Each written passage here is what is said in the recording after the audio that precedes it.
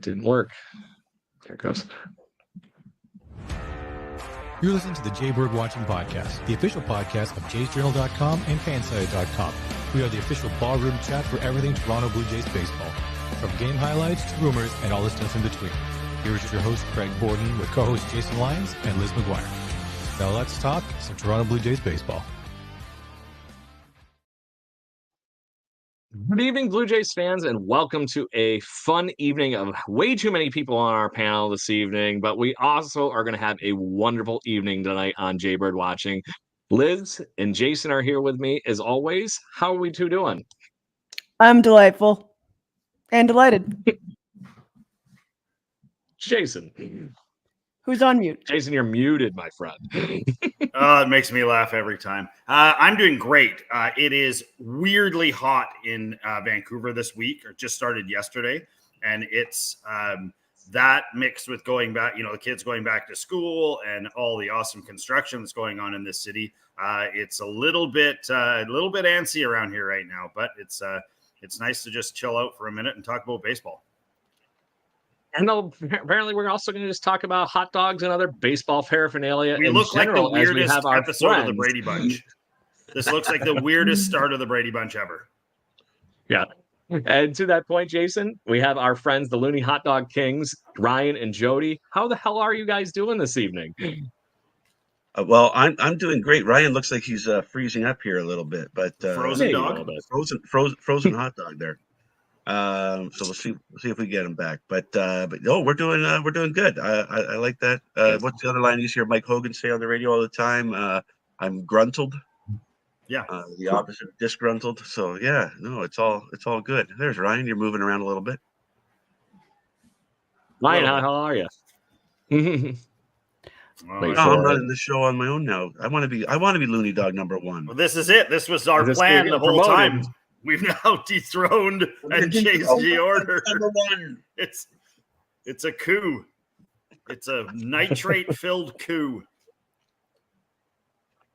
So on that note, Jody, while we're waiting for Ryan to get lag-free for 5 seconds here, how the hell have you been? What's the Blue Jays up to? And obviously you're there every Loonie hot dog evening. Give us some insight to what you guys have been up to. Oh, it's been another fun season. Hanging out on the porch, loving the new parts that they've been adding in with. They have D, who you guys might know, who runs the in stadium on the jumbotron. He's often the host that comes around and hangs out with us. He is just a ball of energy, and I know he's involved in a bunch of other projects. Check him out. He's just a wonderful guy. He's actually let us talk a few times, when they're doing this, like they're adding us into the script. It's been a lot of fun to really interact with that.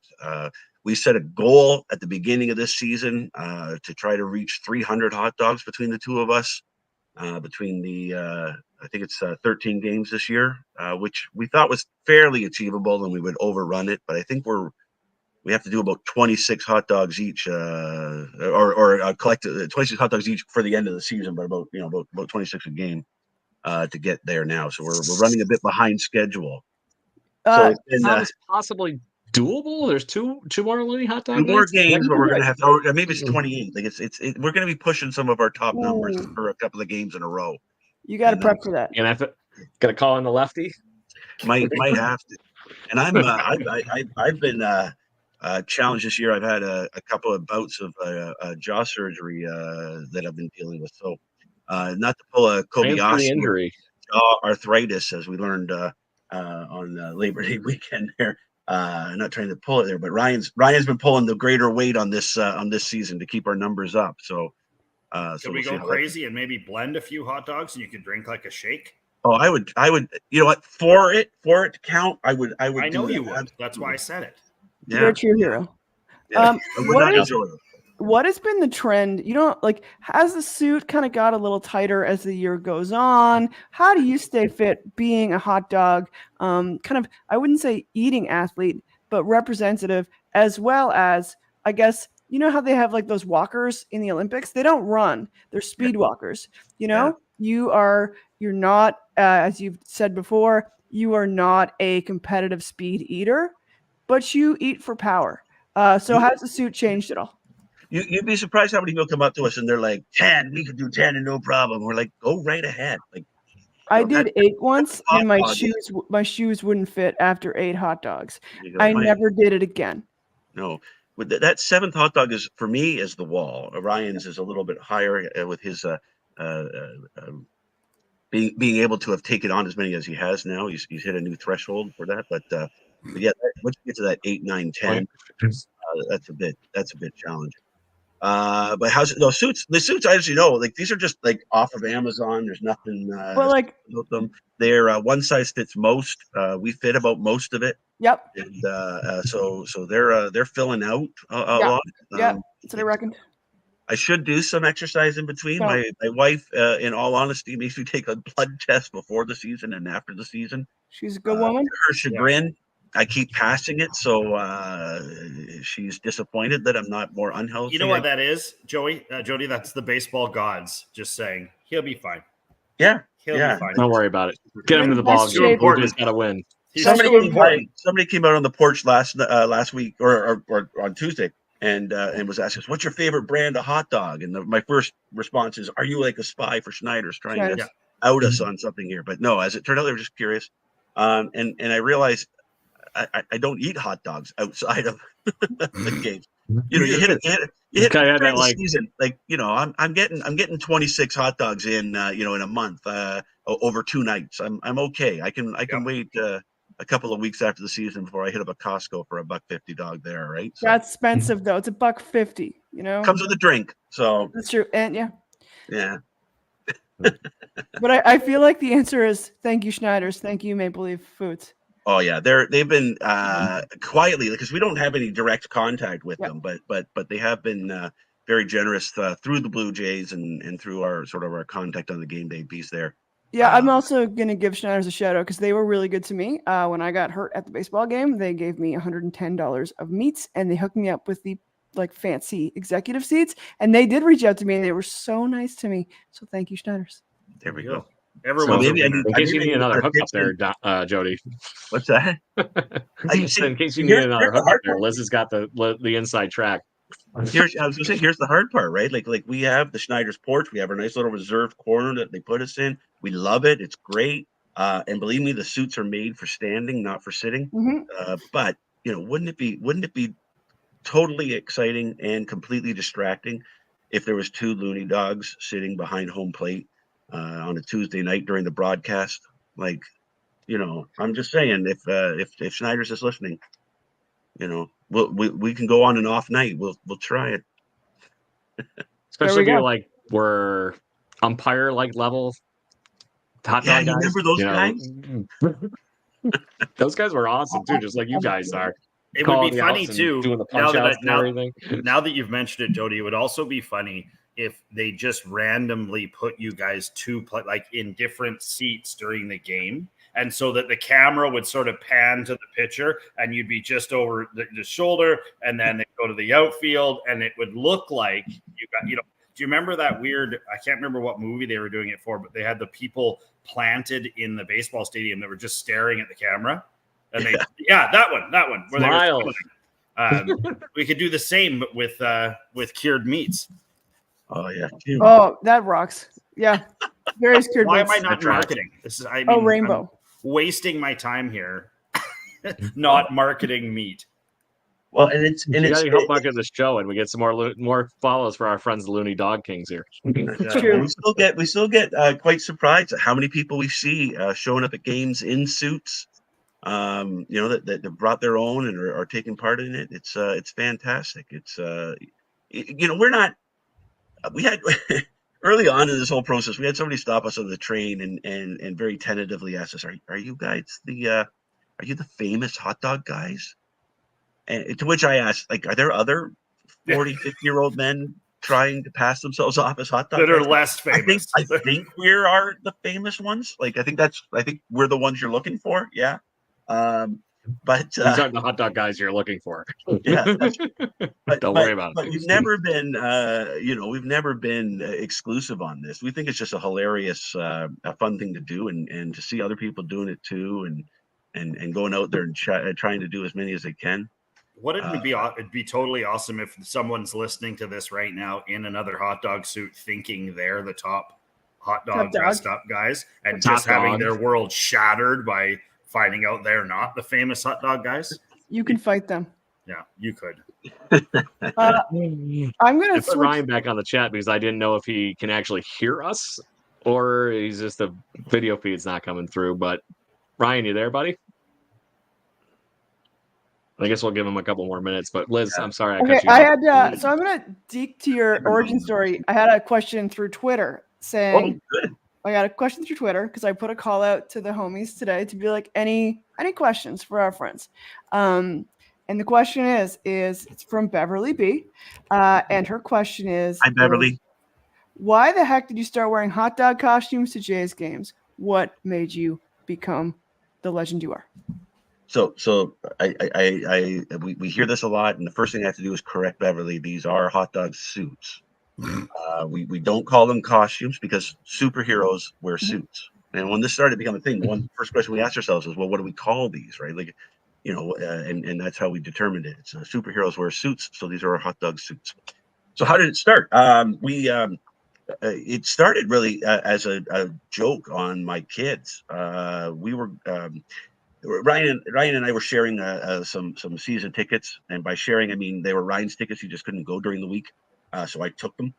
So I was going to a lot of Tuesday night games, and as I mentioned, my mom my mom feels like my mom. My wife was worried that I'm eating too many hot dogs at these games, and my kids are selling me out, going, "Dad, you're only going because of the cheap hot dogs."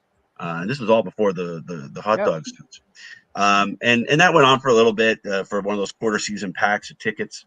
And so as it kind of finished off, we said, Ryan and I said, well, why don't we go out and we'll just have, we'll just eat as many hot dogs as we can and see what we can do. And I think we ate each like about 7 or 8 hot dogs. And we went back, to our friends, and they were saying, 7 hot dogs, anybody can do 7. And we're like, come on, like you don't know how hard that was. It wasn't as easy as you like to think it is.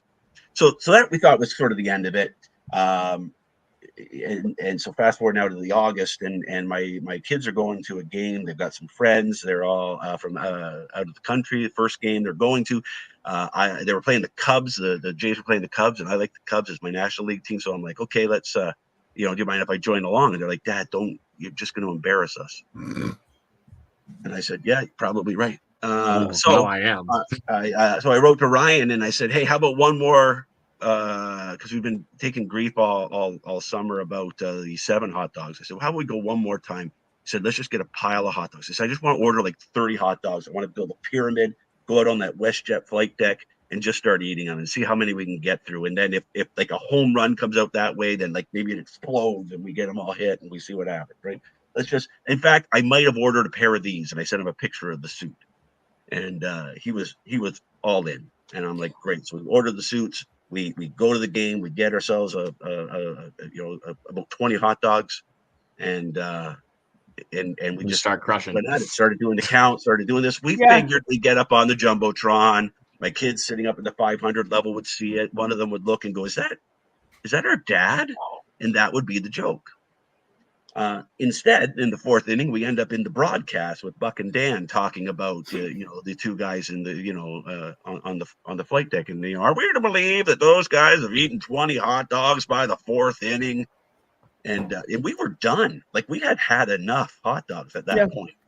But now, like our phones are blowing up. They're like, they're talking about you on the game, and we're like, well, we can't stop now because if we stop now, it looks like we were just faking it. So we negotiated, Ryan said, maybe we'll do 6. And I said, well, maybe we should do 8. And then we ended up at 10 more and ended up with 30 hot dogs that night. And then a legend was started. Like after that, it just like, I couldn't, the fact that we're doing this today is just to me still, I don't know how it keeps going. So wait, you guys aren't located in Toronto though, right? No. I'm out Hamilton way. Ryan's out in Niagara. So what made you keep coming on a hot dogging? Well, so Ryan's a much bigger baseball fan than I am. That's more so how about a baseball attending fan than I am. I like watching it from the comfort of my sofa. So, but if I'm offered tickets, I'll go. That's usually the way it works out. So why we keep so after that first game, a group of season ticket holders reached out to us. They loved what we were doing, and they offered us tickets to do it again. And in fact, on the second time, they were doing it as a bit of a fundraiser to like a jump rope for her. Like, how many hot dogs will you eat? People contribute some money to that. So they weren't putting any requirements on us, but we tried to do as many hot dogs as we could. They gave us a few extra tickets. I bought a few extra suits to bring another guy along in a hot dog suit and another guy in a mustard suit. And we ate hot dogs to help raise money for underprivileged kids to take them to a game. And after that, through this season ticket group, they brought 45 kids to a game. And Nice. so it was really, really nice. And as thanks to that, they offered us some more tickets. So hot dogs for heart right there. Yeah. Hot dogs for heart. There we go. Yeah, it's not contradictory at all. Schneider's on the phone here. So that was sort of how it kind of kept going. The first game we did it, we got on the broadcast. Second game we did it, not a thing, not even a boo or a pass by on the camera. So again, we weren't doing it to get seen. We were just having fun. It was kind of a crazy thing, and it made people laugh, and it just was there. So, but come playoffs 2 seasons ago, the like CPB's reaching out to us as knowing that we like baseball. They're like, you guys want to be on the show and talk about the playoffs? The Toronto Star has done a number of articles that have included us in it. We just seem to keep appearing places, and it's been fantastic. I don't know if you guys have seen who the previous Loonie Dog Night mascot was before our heroes showed up. I'm gonna say no. It was looks like a loony, literal loony. Oh, it looks like I've seen that. It looks like a bank mascot. I don't know if you've interacted, but into 2017, he was my favorite Blue Jay out of all the Blue Jays because they were such trash. Have you interacted with Buck lately? What's your relationship with that giant loony? Not even a dog or hot dog. He's just a loony with arms. I know my daughter was friends with somebody who worked at the stadium, who used to be the person who would walk Buck around. Now, I did not know that context when I was at the game, and my daughter said, "You won't believe this. We just saw Buck." I'm thinking Martinez. Yeah. And I'm like, why would you not call me and tell me? So then the next game she did. And then I get there and it's a giant loony. I'm like, yeah, this is not the payoff I was expecting. Just to be this guy, would it happen to be, as I'm trying to hurry up and click buttons here, would it happen to be this one? Next one. I found the photo proof. Just saying. That's Buck. I trying to get now in Buck's defense, trying to get a mascot that can't move their hands and can't frankly see to sit on a teeter-totter with like nearly 500 pounds on the other end of it. I don't know. There was a lot of trust going on in this picture right here. This is adorable. Awesome. I'm not gonna lie. It just reminds me of the Looney mascot is like full T-Rexing during this whole thing. He is. Oh, no. It looks like Ryan and I reminds me of the Dumb and Dumber, where they're riding on the back of the moped together. Like, yep. Hey, Buck. Trade the van straight up for this hog. Yep. Good stuff. Yeah, it sounded like you had a question. Me? No, I was just coughing. Got it. Just staying alive, breathing here. Pictures. Oh, well. Wearing the Savannah Bananas shirt or hat, right? Well, we went out. It's funny you say staying alive. We went out for an episode at the comedy bar for Baseball Town, and the host there, we brought him a suit to wear while we were doing that. Craig, if I could have got you one, I would have.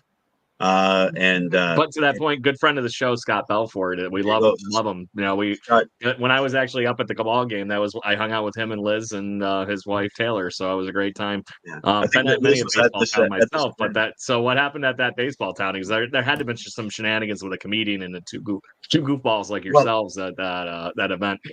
Yeah, they left us pretty good. We were all right, and with that, but we had Scott wear the suit, and about halfway through the interview, he's like, as a comedian, I appreciate your commitment to the shtick, because he was melting in the suit under the lights as after just a few minutes, and so yeah, staying alive, Jason. That's sometimes that's what the games feel like when we're out there.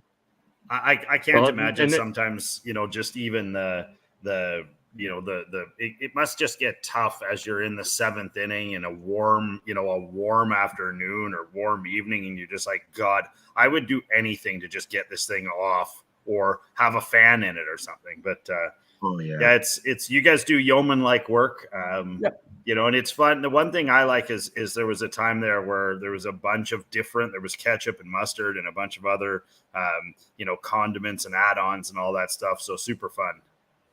There's and that's what it's. I'm gonna get let me get a little existential here. Like, one of the things I have really found interesting in this whole social experiment, let's call it that, of doing this is this, making friends in this niche sort of thing. Like, there's like baseball fans you see at games and regular, and you chat about this, but these are guys, like, there's the two of them, Andrew and John, and another fellow filling in for Mustard, Jag, who's been coming out, a couple of guys who come out as hot dogs as well, and just join us on there.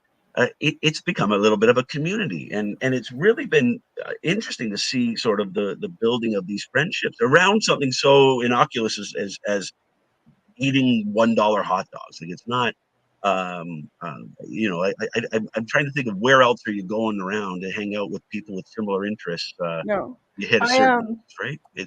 I met up with you guys in Cleveland because you guys were out there. Yeah, and it was like, you obviously weren't hard to find. We were close to one another. Wow, it was hot that day. How did you not die? It was like 35, 36. It was hot. Yeah. We people say, like, when they see us on the train after the game and we're wearing the suits still, and they're like, so we're like, oh, you're just trying to get the attention. I'm like, we don't know what it's going to look like when we take these things off. Like, we have no idea how bad the shirts are going to be stained. We don't know what. So you're really just trying to just manage getting home in some sort of, decent situation.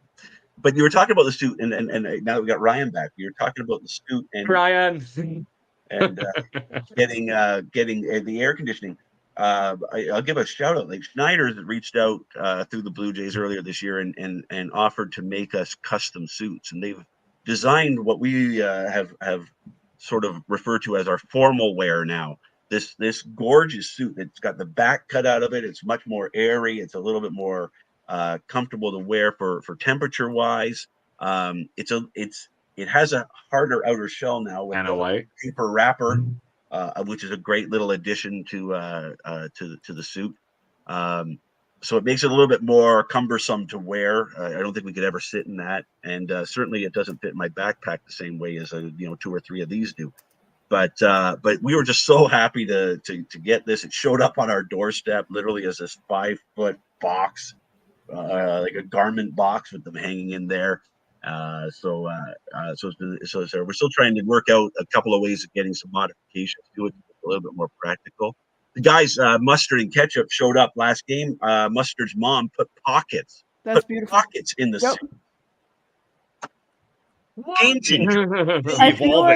Evolving. I feel like that's what if I don't know if you've ever worn a dress, but when a woman or a girl gets a dress, if it has pockets, the first thing they say is, it's got pockets. Like, it's a big deal.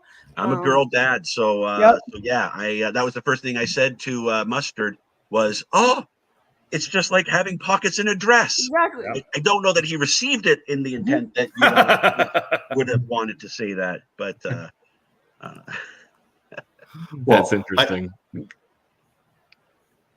I came in and Chris was talking about the heat, the fan, and everything. And Andrew, the guy who dresses up as Ketchup, actually one time had a back of the neck fan that just sat around his neck. Yeah, and I've seen people wearing those things a lot of times. When the kids play baseball in really hot places, the parents are wearing these weird little neck fans that sit around the. They look like old weird headphones that they're wearing around their neck. Yeah, they even have some now that are like, you put it on your belt, on your pants, and it blows up. and gets your shirt like kind of like a puss out. Down would be better. I don't think there's enough give on this to get any airflow at the front of this, but a little bit on the neck. What's that point? You guys are like athletes thing, at this point. You have your sweated out hockey sweater that you got to ditch after the game and get rid of it, and you wore it like a battle that evening, right? After you crushed 26 freaking hot dogs or 30s between the collective group with you. Yeah. Well, and for those that don't know, when we do the count during the game and we do the count, on that, it's just Ryan and I's numbers. We don't. There's more people with us; they keep their own count, but the only official number, lower O, air quotes, is what Ryan and I are doing. So it's I'm not proud of it, but that's the cross we bear on that, I guess. But respect. So there's another question on Reddit. And people were fighting about it when you're Reddit, you too. Well, yeah, well, it was a Toronto Star. When you guys were in the Toronto Star, people were talking about you all over the Reddit. And one of the things they were fighting about was, do they pay for their own hot dogs? Well, the short answer to that is yes. Now, I don't mind being transparent. Like I've said before, Schneider's been very generous with suits and even with tickets. The Blue Jays are generous in giving us a gift usually at the beginning of the year to kind of help us cover some of the costs. I never use it for that. I often give them away and let others take the benefit of it. So we do, it's $1 hot dog. I don't need that's the one I don't need there. The greatest thing they've given us is the reserve spot on the porch, because it's not even that it's a seat. It's just that when we're coming from out of town, taking the train, and you're going into a standing room only place, we don't have to worry about whether or not we're going to have a spot. Like, we know it's there when we get there. That's big time. That's part for us. Yeah. Big time. Yeah. You don't think it's what's it worth? It's not worth dollar value, but to not have to rush and get there and just know that you have a spot, like that's really worth the, when you get to my age and you're moving slower, that's good enough. I'm happy. I don't want to be tasting blood as I'm running from the train to the dome. Hero. So, Jason, I don't know if you've gotten any questions you would love to throw at these two gentlemen, but I got a couple. No, fire. I mean, I do. I certainly do. It was interesting when I mentioned to a couple of my buddies and some of the kids I know are regular listeners, and they all seem to be pretty excited just to have you guys on. They love the story. And it's funny because through this, we've even talked about the Vancouver Canadians have clinched, so they're going to be in the playoffs, and they're looking for back-to-back Northwest titles. And so we were just talking as a group of idiots and thinking, wouldn't it be funny if we somehow could rent Mountie outfits, or even go, we were thinking going full denim, like denim tip to tail, like full on Canadian tuxedo. Cause my buddy has 4 seats that are right in the front row, right behind home plate. Like, I mean, there's nowhere for the visiting team to look but right at us. And so, the more we could bother them, I think the more fun it would be. Yeah, be careful because you never know when it might just take off, right? I know. Well, I could do that. I could wear denim. I could rock a full denim suit. Yeah. I listen to a lot of country. American in the room. Isn't that a nickname for that thing when you wear a denim, like full Canadian tuxedo? It's our formal wear. Yeah. Well, I keep joking with Ryan. I only wish I had formal wear that was that cool. Just saying. I keep joking with Ryan that I would love, like, it's always been a passion of mine to try to get on the Amazing Race Canada. Like, I just want to run the race. And if I had to do it in the suit, I totally would. Ryan had that same attitude when we joked when we first started doing this. Like, what if we could throw out the first pitch? And I'm like, you'd have to wear the suit. And Ryan was like, if that's what I have to do do it, no problem. Have you done it? Throw out the first pitch? Yeah. End of last was season, that like? we had the chance to do that. That was an amazing opportunity.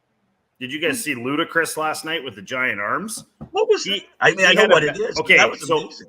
The whole thing stems from a video that he did that was very Atlanta Braves, he's from Atlanta. And that was the whole thing, was that the bobblehead was of him with the big arms and the big giant shoes. And that's what, and I'll tell you this, for what he did, he threw out a better pitch than the majority of people that have thrown out pitches. Yeah. And you got to give him some props. And he was, had those big giant ass shoes on, and It was taped to his hand. He it was great. beautiful. It was a strike. It was low and away. It was low and away. But I'm a bad umpire, so I'm giving him that strike. We had Tim Meza and Eric Swanson lined up in the batter's boxes to catch our pitches. Ryan threw a strike straight into the mitt. I threw a strike straight over the plate, which was not where Eric was lined up. So went right back to the backstop. Who threw the first pitch that hit that poor guy right in the sack? Was that 50 Cent? No, 50 Cent. His flew way off. Was wide left. Yeah. Somebody nutted a cameraman right in the bejewels. That's legendary. It was a good one. Yeah. Feeder to the nuds. Anyways, when can we talk about how much we don't like Kyle Schwarber? Like now. Let's go. Like now, right now. I gotta throw one more hot dog conversation before we talk Blue Jays for the first half of the show here. So your guys, I'll say as far as hot dog culture is concerned, last week was, I'd say, the Super Bowl, World Series, Stanley Cup playoffs of the best hot dog eating contest guys in Joey Chestnut versus Kobayashi. I saw you guys tweeting about it. Tell me about it. Ryan, maybe I'll let you go first, seeing you're just getting into the show here a little bit, but what was it about? Tell the Blue Jays fans about, the fun here that is obviously competitive eating outside of casual Blue Jay eating.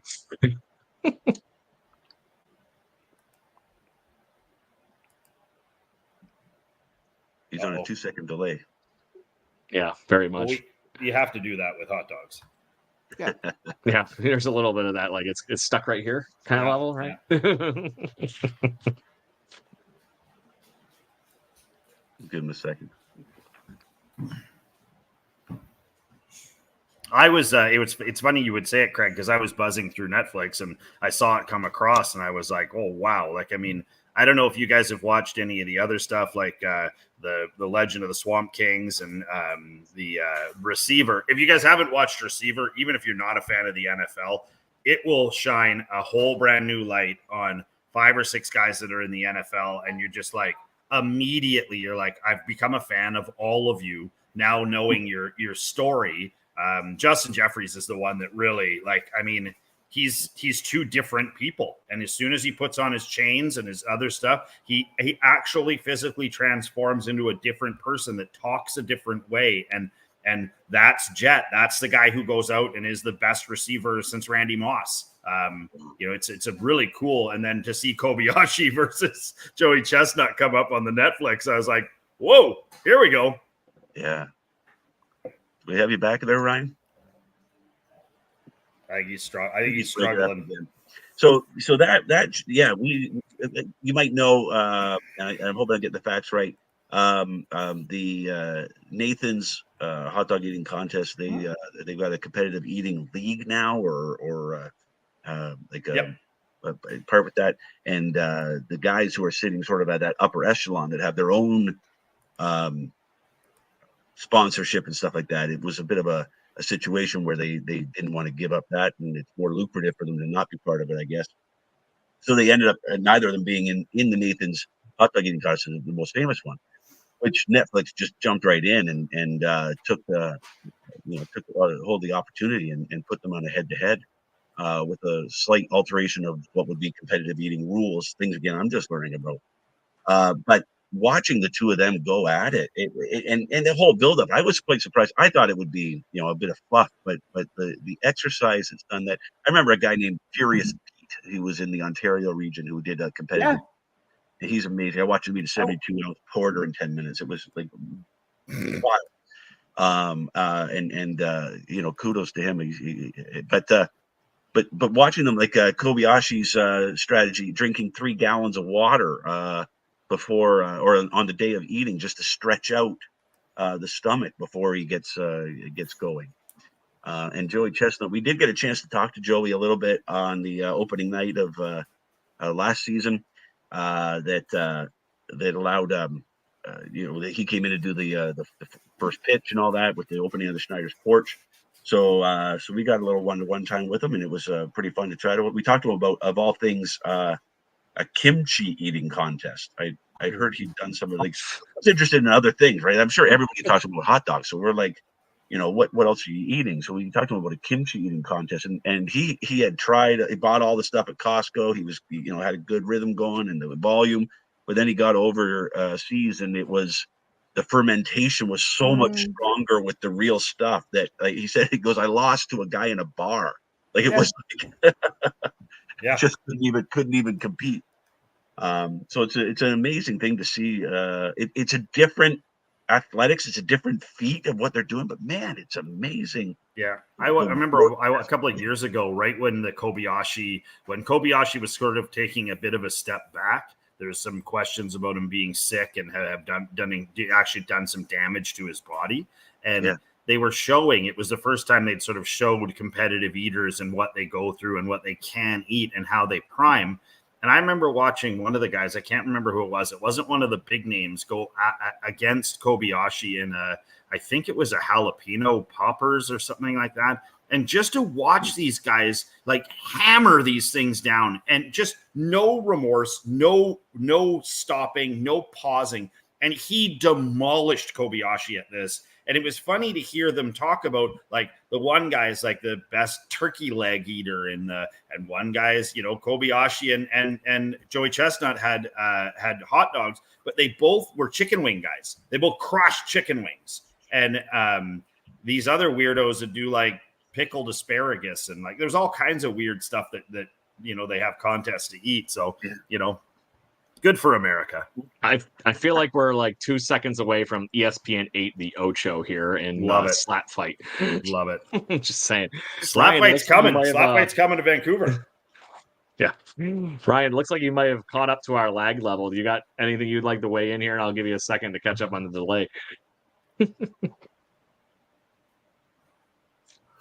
Man, I am so sorry about this. I don't know what's going on with my signal, but yeah, I was watching that Netflix special. I loved it, and I employed Kobayashi's technique before this last Loonie Dog's night, and I drank a ton of water during the day to try and stretch my stomach out, and honestly, it was the best I felt at the end of a game until I chugged my ginger ale, but.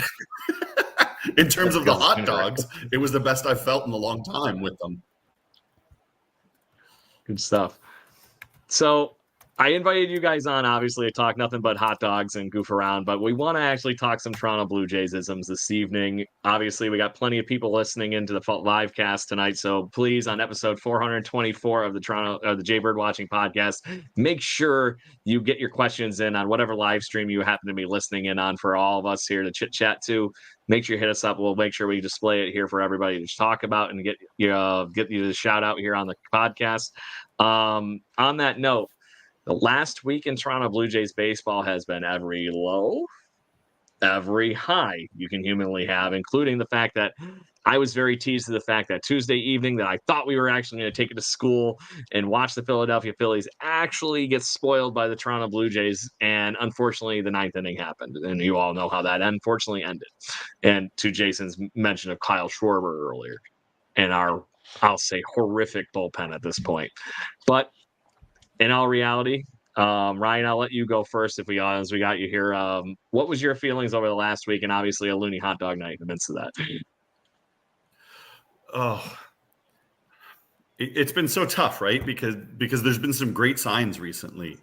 I mean, Bowden Francis. Oh my goodness, who saw that coming? Yeah, like just unreal. Wasn't I were there on that night? That day. It was awesome. Oh my goodness, and the young guys are hitting, and Vlad's hitting, and George is sometimes hitting, and like everything seemed to finally be going right.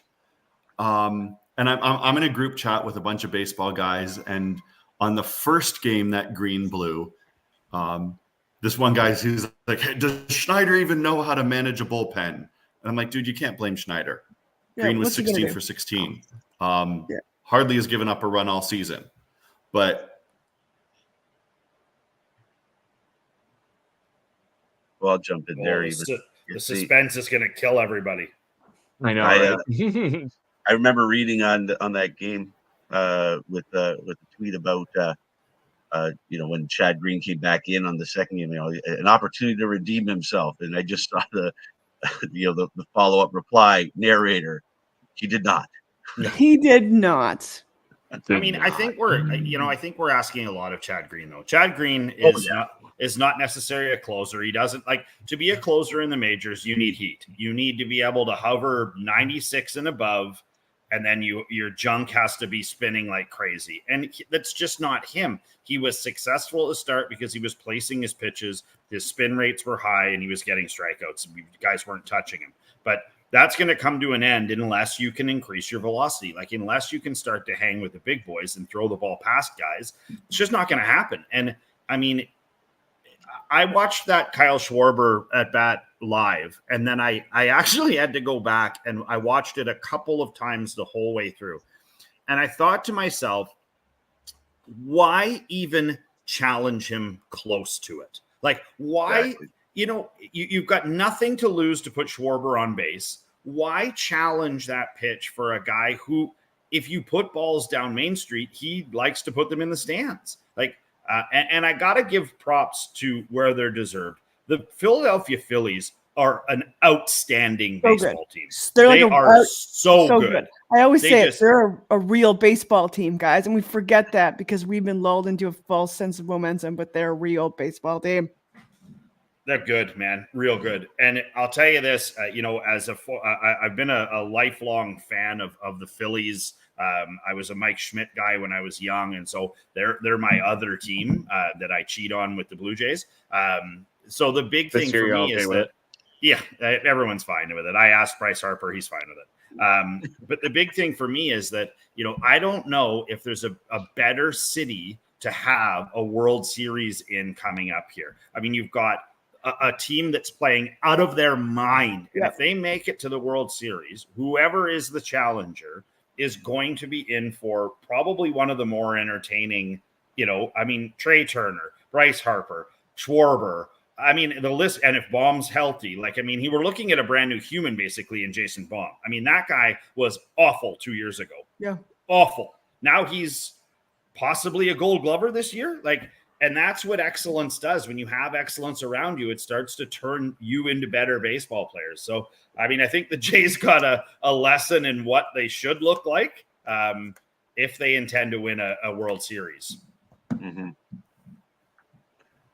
And I think you're very accurate with that statement as far as they've been riding a high a little bit with some of these kids coming up and watching literally the Buffalo Bisons just take most of the American League to school over the last few weeks, including a 15-0 game with Jose Barrios on the mound the other day.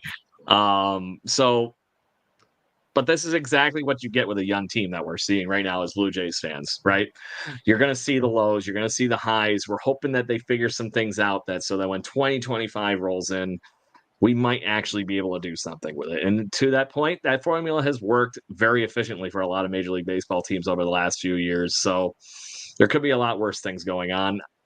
They got to find some of these nice next pieces to be able to build off of and go from there. But to that point, as a Blue Jays fan, I've been more happy over the last month and a half than I have been all the beginning of the season. I'm actually kind of upset that baseball is only this close to being over, with the fact that we do have a team that has been actually, I think I read the other day, we've been actually above 500 since the trade deadline, which is wild. So there was even a few people a couple of weeks ago that were saying that, hey, guess what? We're not eliminated yet. Maybe we have a chance because we've been winning, and here we are. So, but to that point, I think you mentioned it the right way, Jody, that the fact that both Bowden Francis has shown that he can be something special maybe for this team. But, what's going to happen? You get the Joey Perfidos, you get what we've been getting out, Ernie Clement, who, just going to say, he was very well dressed in his Buffalo Bills jersey today on social media as the Buffalo near native here. So, but there's a lot of good things to build off of. And I'd be curious, as you guys have been to so many games this season, what your thoughts are for where this team has been and where it's going. Jody, I'm going to let you kick the ball off here. It's let me be frank. It's a little distracting up on Frank the porch. Is the hot dog guy in the room. A little distracting up on the porch here while we're trying to eat and and apparently there's a game going on at the same time. But you're right. I mean, I've come into the season excited about the idea of running it back, the idea of getting a chance to do it. And when things started faltering early, we talked about the hot dog suits being hot on a midsummer night and nothing to look forward to. It's hard, but as they've moved the team into the younger guys and they have delivered. Boy, it really gets you excited watching the way this thing. Like Addison Barger is one that I was iffy on coming in. I just anecdotally, but he's really come around to be consistent, a bit more consistent now, and like the whole Horowitz and Clement and even David Schneider. I still have a soft spot for him. I think the beard is hurting him. He has to go back to the just the mustache. I wish that was his only problem, Jody. Yeah. Well, as a beard guy, I don't want to be critical, but and respectfully with the play, that's one thing. But just the energy and the piece they're bringing to it, it's there. I guess my criticism, if I'm going to have one, is and Ryan and I have talked about this before. It's the idea that we have enough utility players, like enough that play so many different spots. It would be nice, and Matt Chapman signed a big deal today. It's nice to have a third baseman who is just a really good third baseman. We don't need him to play left field and right field and second base. And, it's nice when they can just everyday player. Yeah. Excel in one spot. So that's what I'm kind of hoping we see some settling in as we get into it. But I think we have a few players playing out of their best positions. And if we could get some consistency on that, maybe we'd see even better outcomes.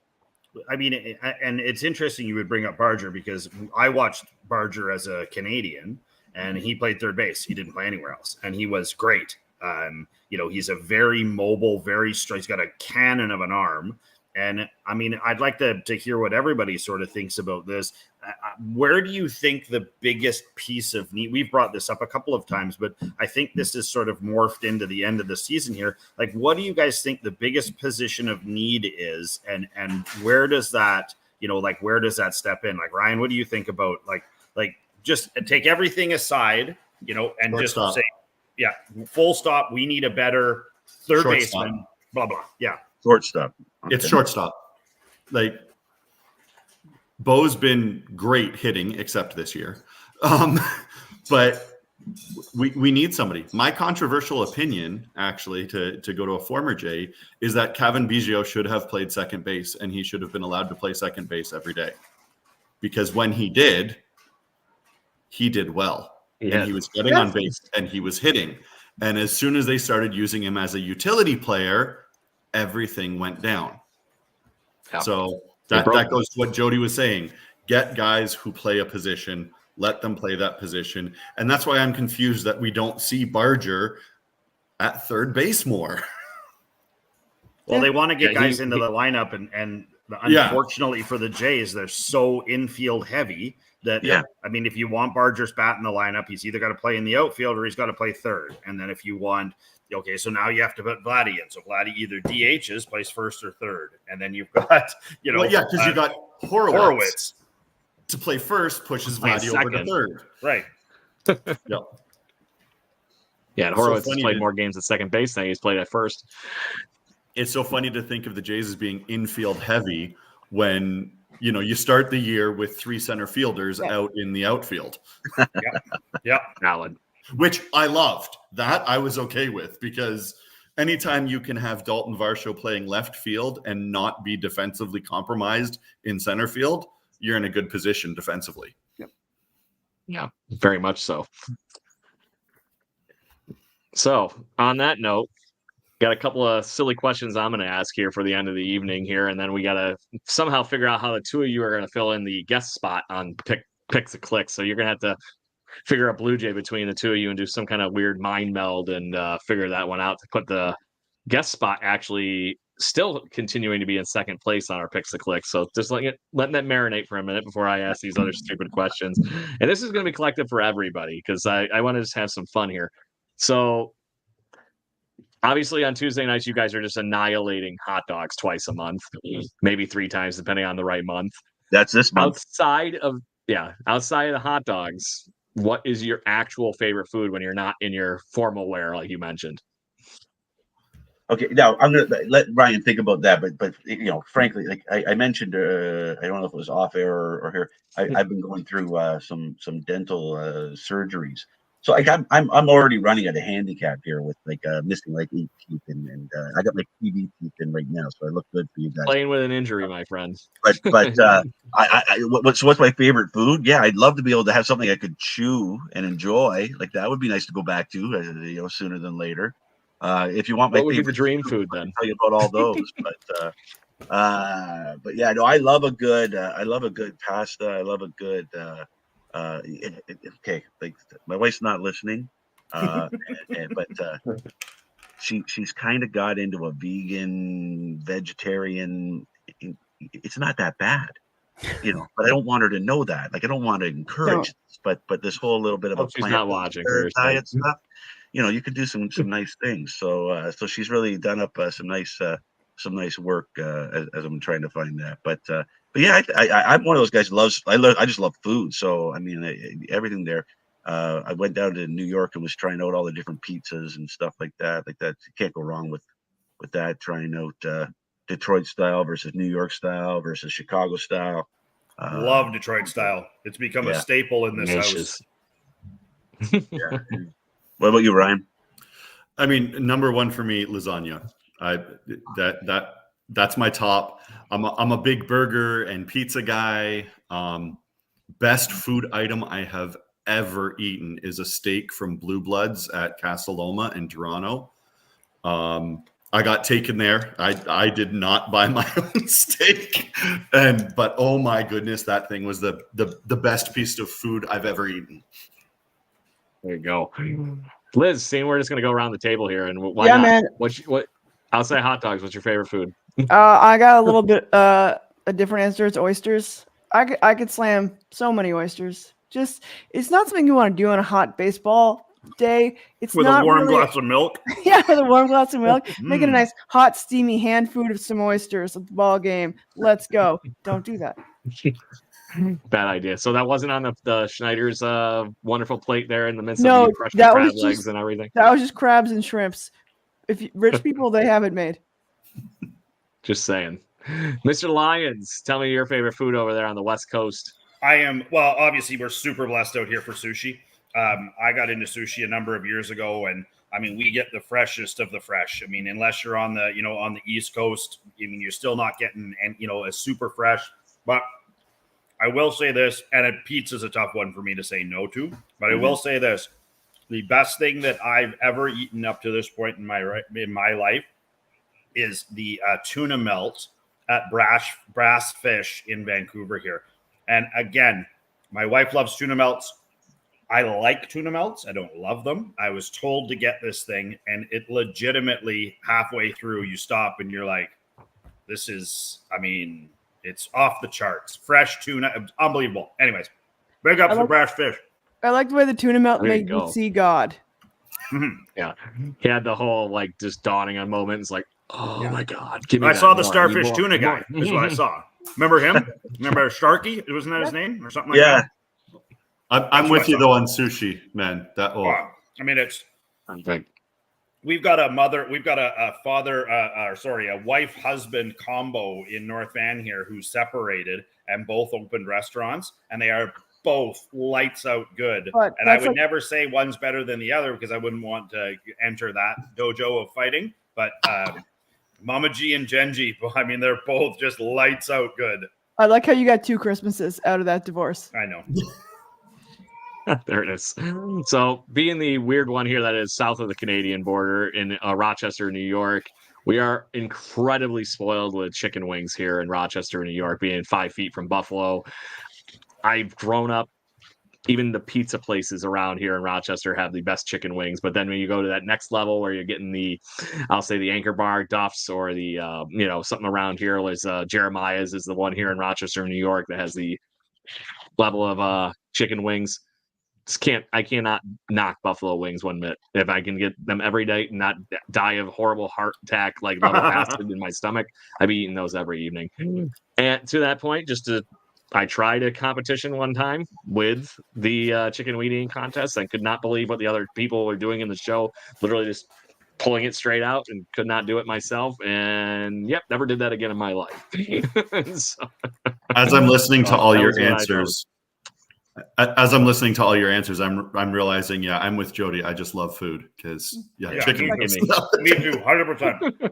Well, to your chicken wing eating question, like I remember working in newspaper, and they put us up against a TV station in a rib eating contest at Rib Fest here in Hamilton, and they asked me to be part of the team, and I'm like, like who wouldn't want all you can eat ribs? I don't care if you have to do it in a speed eating. You can chew on them after, like who wouldn't want to do it? I'll tell you who. People who have to then deal with it for the next 24 to 48 hours. That's why people don't do it anymore. That's why I didn't realize there was so that's why we've kind of stepped away from the speed eating mass quantities piece there. How'd you do in that rib eating contest, Jody? I did really well. I got we came in second. That's awesome. Out of 2 teams. But nice. That's not true. We won. Ryan, were you the first one? I don't want to speak poorly. No, this is why. This story that's coming is why I asked that question. so we're and I have video if anybody ever challenged me. Anyway, so we're up against the CHTV crew. They ate, I don't even know the number anymore. Let's call it 26. Right? We ate 28. And the host that was doing the count, he comes to the CH, how many have you eaten? They said, we've had 26. Then he comes over to the newspaper. He's like, how many have you eaten? We said, well, 28. And at this point, he'd forgotten what CH said. So we went back and said, how many did you guys eat? And they said 29. And we all looked at him, and the host didn't realize it was a different number and just gave them the title. And denied. And I turned off my TV that day. That's kind of like if a pitcher was just rolling along in the playoffs and a manager came out to take him out based on a made-up pitch count or something weird like that. I mean, interesting analogy. Jason. I see where you're going. Yeah. Same sort of bitterness. I think you could hold on to that one. Ouch! That one's still too soon, Jason. It's still too soon. So I got one last stupid question because I've known you guys for a little while now, and obviously your social media stuff pops up on our stuff all the time.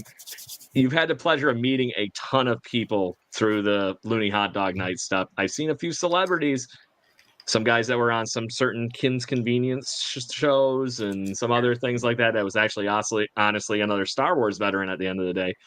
Who have you gotten to meet in the midst of this process that you never in a million years would have thought you've gotten a chance to meet outside of obviously the fun here that you've been able to, carve up? I mean, to me, the moment was the first pitch. Eric Swanson was fetching Jody's. Sorry, Jody. I can't not do it. Tim Meza walks out. Yeah. Tim Meza's walking out to us, and I'm like, a Major League Baseball player is approaching me right now. And he says, "You guys are awesome. We watch you every Tuesday night." And I'm like, what? What?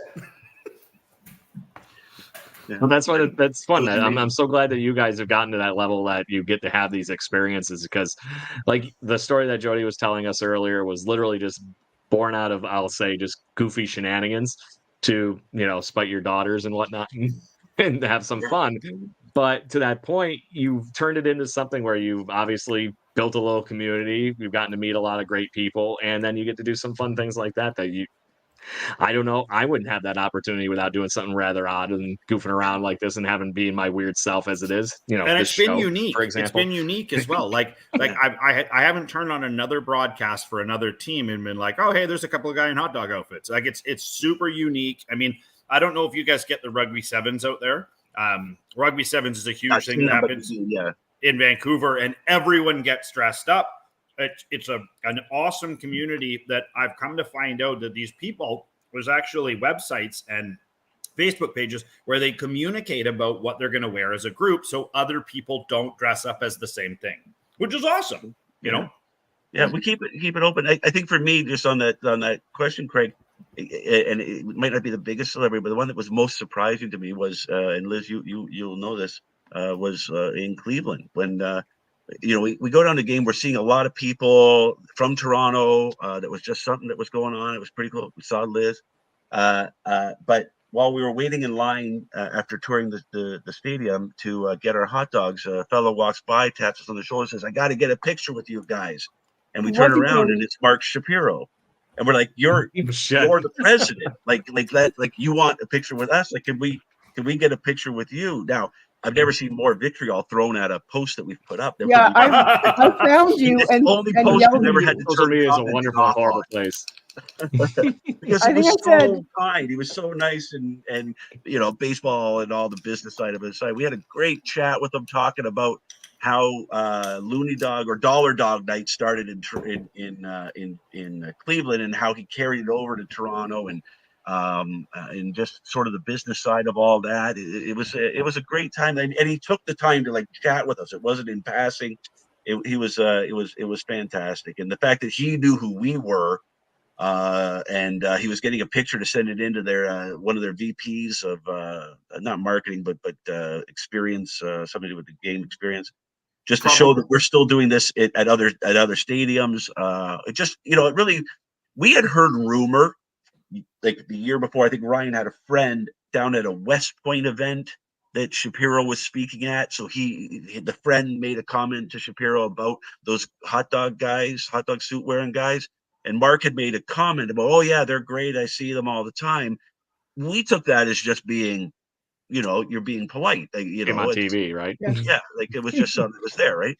But so when it wasn't us chasing him. He came by and said hi to us. It was something that just, we both walked away from it going, so that just happened,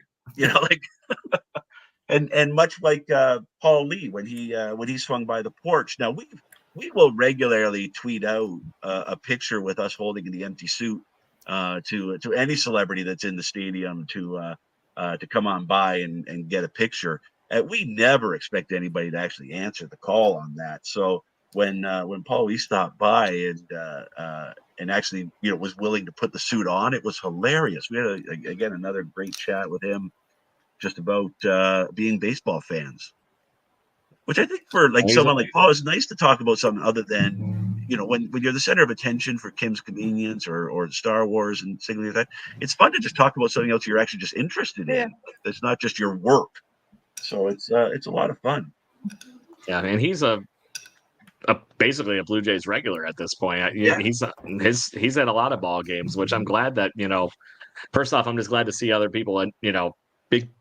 Celebrities interested in watching Blue Jays games outside of Geddy Lee, to Liz's point.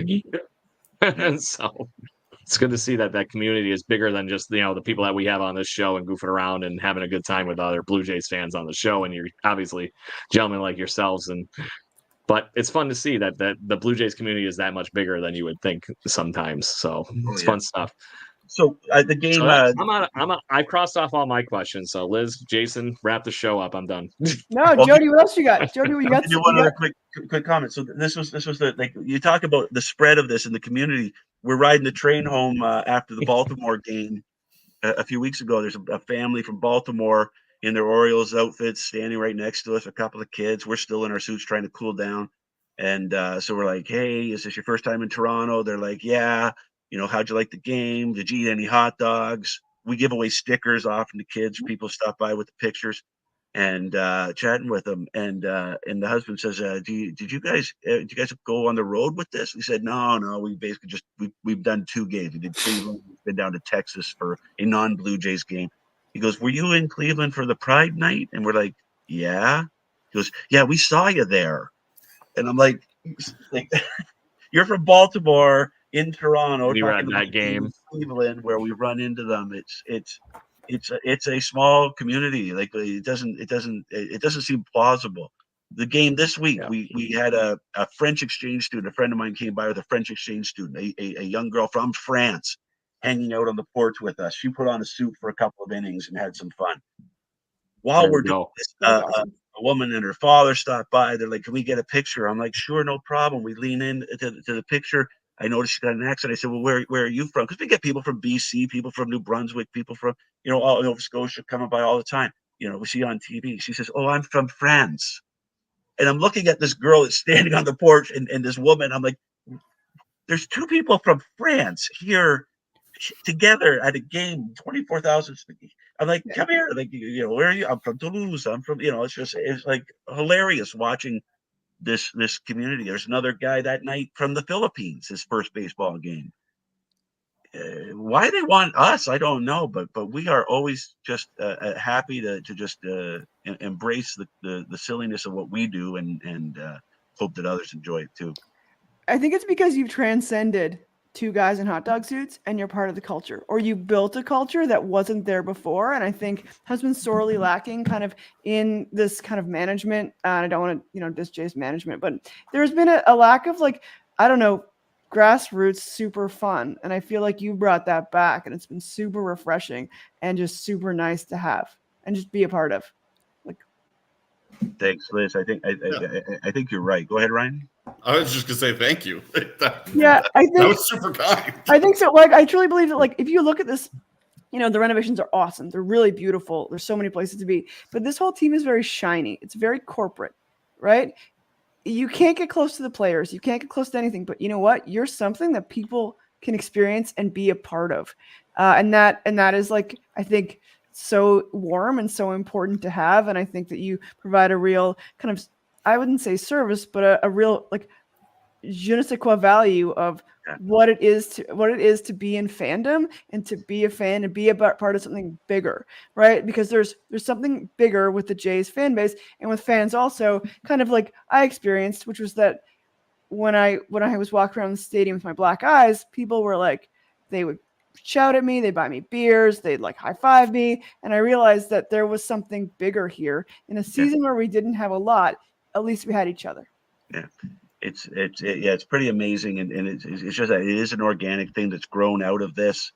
Something I always, when we work with the game day people and pieces like that, there's so much we would love to do, but we recognize, the show is the players, the game is the story. We're just a part of that, and because of that we're not trying to insert ourselves into this and make it about us. I think is really, to your point, Liz, has really allowed it to grow in a way that we never thought would be possible. And it is approachable. It is fun. We make our own merch. We give it away. We have some fun.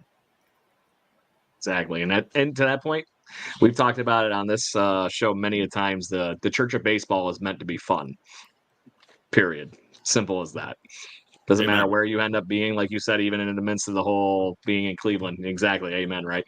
Church of Baseball is meant to be fun. We're all going to be.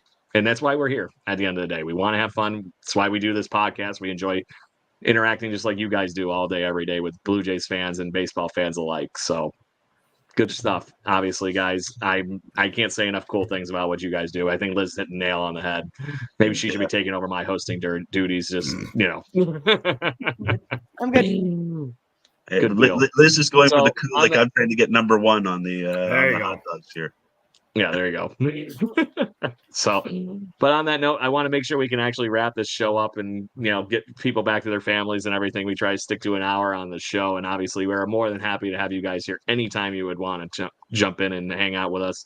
We do got to get that thing that I never got to last off season with getting the Guess the Blue Jays contest with everybody going. You guys were going to be one of the teams, and we had some other teams going. And unfortunately, the scheduling I never thought that trying to get 6 different teams on a schedule was going to be such a horrible nightmare that I found out to be. So there's the budget for the show here on the Jaybird Watching Podcast, trying to get people on a schedule once a week. It's not working. So on that note, we want to end the show like we do every week with picks to click. Who is going to be the next best performer over the week of baseball coming? And we got to talk about last week first. So last week, excuse me, I had Dalton Varsho. Jason, you had Addison Barger. Liz, you had the cheat code that is Vlad Guerrero Jr. And the guest spot last week picked Ernie Clement. So you guys are the tiebreaker on that. I unfortunately don't think there's many ways I can cut this other than the fact that Vladdy probably won, but it's your guys' technical vote to tell who won out of the 4 people there. It was Vladdy and I won. Yeah. I defer to Ryan here. I can't argue with Liz. Yeah. Me either. Yep. Yeah. I can't either. Guy had 8 hits I could last stand week. on my Addison Barger. 44. I mean, The the funny only thing way is all 4 of those picks collectively did pretty well last week. Yeah, The they problem did. is Vlad was Vlad. the only way you're beating that Vlad pick maybe is if you had chosen Francis. Yeah. Correct. And usually, historically, on the many years we've been doing the pick the click thing here on the show, pitchers never win. No. Yeah. Because you got to get a Bowden Francis Yeah. player of the month level performance out of somebody to be able Monkeys to don't beat hitters that play every day. Yeah, monkeys don't cramp and pitchers don't win. Well said, sir. And don't forget to raise the bar. Yeah, thanks, Kawa. So you guys are the guests on the show. Who do you two think will be the best Blue Jays performer over the next week in Blue Jays baseball? And right now, just to put the stakes on the line fully while you get a second to marinate on that one, the guest spot is currently tied with Liz in second place. Jason is winning with 7 wins. The guest spot and Liz have 5, and I'm in last place with 4. All right, Ryan, So what are you come on. thinking? I also can't pick Vladdy this week because I picked him last week. So Vladdy is open if you did want to pick him. Correct. I don't know. The first name that came to my head was Spencer Horwitz. I was in that range. I don't know that Spencer was my number 1, but he would have been in my top 3. I can go with that. These guys these young guys are gonna break out, and Yep. and it's just he's been really He's been a hot. good pick over the last few What weeks. about He's got a Wagner couple- though? He's got a couple of wins. He'd be a good one too. I always say you're the baseball guy, I'm the eater, but even that's a little false based on the numbers. Okay, so let's go with Will You're playing Wagner. with an injury. I do There Will we go. Wagner. Go. All right. Will Yeah. Wagner locking it in. Locking it in. Let's do it. Gotcha.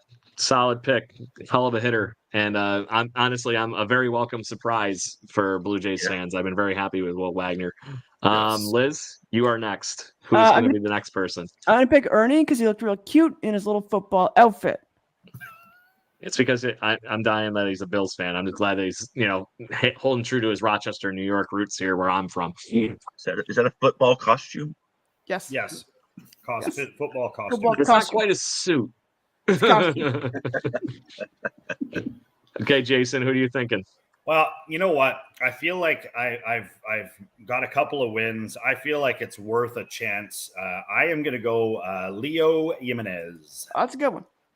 Leo.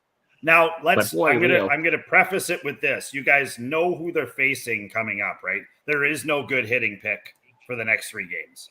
I mean, Yeah. they're getting thrown right Good luck into in the the line. draw. I mean, Chris Sale should probably win the Cy Young this year. And then that other guy, the guy who's pitching third, I mean, he's been unhittable for 3 weeks. Yep. He's got like 75 letters in his last name. What's it? Hold on. Schwellenbach. He's bringing Schwellenbach. Yeah, they got Max Fried, Schwellenbach, and Chris Sale. Good luck. Just turn your bats around the other side. Rough. So, Leo Jimenez. Lean in and get a hit Oh. batman. That's the Yeah. best you can hope Bunt. for this point. Lift small, bunt the ball. Just don't bunt to break the no hitter in that whole situation. That's breaking the Church of Baseball rule of ethics. Yeah, you're going to wear one. So, seeing I'm in last place, I'm going to steal the fact that Liz and nobody else here chose Vladdy because I need to stay in the game. I can't. I'm out. I started this thing 5 years ago and I'm fucking losing. So, good deal. It is what it is. So. Our friends, the Loonie Dog Kings, Ryan and Jody, this is your shameless self-promoting plug. Please tell the Blue Jays fans where they can find you and anything you got going on. Obviously, trying to top your number here for the end of the season for the hot dogs. I mean, the two places to find us are at Loonie Dog Kings on any of the socials, and the other place is Schneider's Porch. Yep, there it is. Anytime, happy to be there and happy to share. Yep, and next game we will cross over a combined 600 Loonie Dogs, 600 career Loonie Dogs. That's big time. That's Hall of Fame status. Yeah, top 5. So we're always impressed with the number, but we're not proud. Like, I mean, that's the thing. Like, we're impressed with the number, but we're not proud of it. Like, it's not. Yeah, I don't go around. I think you should guys with a resume of 600 hot dogs. I think you guys got to start having like little patches you put on last 2023 season wins or whatever, playoffs. How many number? we actually do have a sticker. Like Jody said, we give out stickers to kids and people to take pictures with. But we do have a special sticker called the Loonie Dog, the 10 plus Loonie Dog Club. So anybody who eats 10 or more in a single game can get one of those stickers. I will die. I will die trying to join that club. I'm gonna do it. On the honor system, like it's just. I feel like there's a Jaybird watching invasion one evening on a Loonie Dog Night there that we're gonna have to see if we can match up with that. And the honor system should give us a heads up, and we'll bring you an extra suit. Deal. The honor system should be if you can still walk or you're not wild puffy. I don't believe you. I'm puffy to start with, so I don't know. I can't tell the difference. So, no, but there's a look to people who've eaten 10 a glazed look, kind of like a waddle. Yeah. And half regret. No, always little tear, shame. Because you can get 8 hot dogs at once sometimes. So, like one time, I got so many hot dogs they put them in a tray, and then also the Blue Jays staff carried things for me because I had too many hot dogs and beers. Like I had a parade of sodium. Don't worry about it. The best thing that we've taken away from this at Rogers Stadium is the ability that we can actually bring our own food in. Yeah. Now we don't bring food, but we bring in our own array of condiments. So like that's a hot tip. We have our own mustard ketchup. We have what was a caramelized onion mayo, which is really nice. Oh, phenomenal! And there you go. I feel like we missed an opportunity in the interview here for our favorite condiments and whatnot. Seeing you bring your own accoutrement to the game. That's a hack of them that we bring along, and it's a great hack. Next hashtag next level hot dogs. There you go. Good deal. So, does anybody else have any Blue Jays or hot dog related culture isms that they would like to get out before the end of the evening here? All good, baby. Game on. All right. Well, fellas, thank you very much for joining. Hang out for 2 seconds because I'd like to just say hi, bye to you after the show here. But Blue Jays fans, obviously check out the Loonie Dog Kings. Find them on the Schneider's Porch and have a good time and join the community. Apparently, maybe there's some suits for you. We'll see what happens, obviously, with our friends here. But thank you very much for listening to this evening of Jaybird Watching. We once again saw way too many of you in the show and having a good time watching, but please make sure you can comment in wherever you happen to be listening. We want to talk to you. We are the People's Podcast, the Jaybird Watching barroom chat that we have here. We want to make sure we're having fun with Blue Jays fans and obviously the culture that is around the Toronto Blue Jays fun here. Next week, make sure you tune in. Oh, yeah. Oh, buds. There is a big one next week. We have Todd Stottlemyre joining us on the show. So World Series champion Toronto Blue Jays joining us on the show. That is easily one of the biggest players we've had on this show in a long time. Obviously, no offense to you, Jody, or anything. We obviously had a wonderful time and love having you on the show, but yeah, he's one of my favorite. I still remember the bleeding chin from his big slide in the World Series. So. Scorpion. That's still cooked into my brain from my childhood, and him just coming out there as a crazy looking SOB trying to mow down more Philadelphia hitters with blood everywhere in the rain. Yeah. So tis what it is. So make sure you join us next week with Todd on the show. We're gonna have some good times talking about baseball and his wonderful career post baseball that has been motivational speaking, and obviously being a mental coach is his big push at this point. So we're gonna have some fun talking with that. And obviously, we are here every Thursday evening, 7 o'clock Eastern time. We are here to talk with all Blue Jays fans and have a good time with all of you. So make sure you join us on the show. Liz, I don't know if you've gotten that package from Mr. Belfort at the Walk-Off podcast or not, but you still got freebies. So if you all run into Liz, she might I got some stuff. still have some coasters. I will give you things. That's my promise of maybe. There it is. So next week, Blue Jays fans, make sure you tune in. And until then, always have a great evening, and let's go Blue Jays. Thank you for listening to the Jaybird Watching Podcast. Please follow us on Facebook, Instagram, Twitter, Twitch at BirdwatchingGC, and our YouTube channel.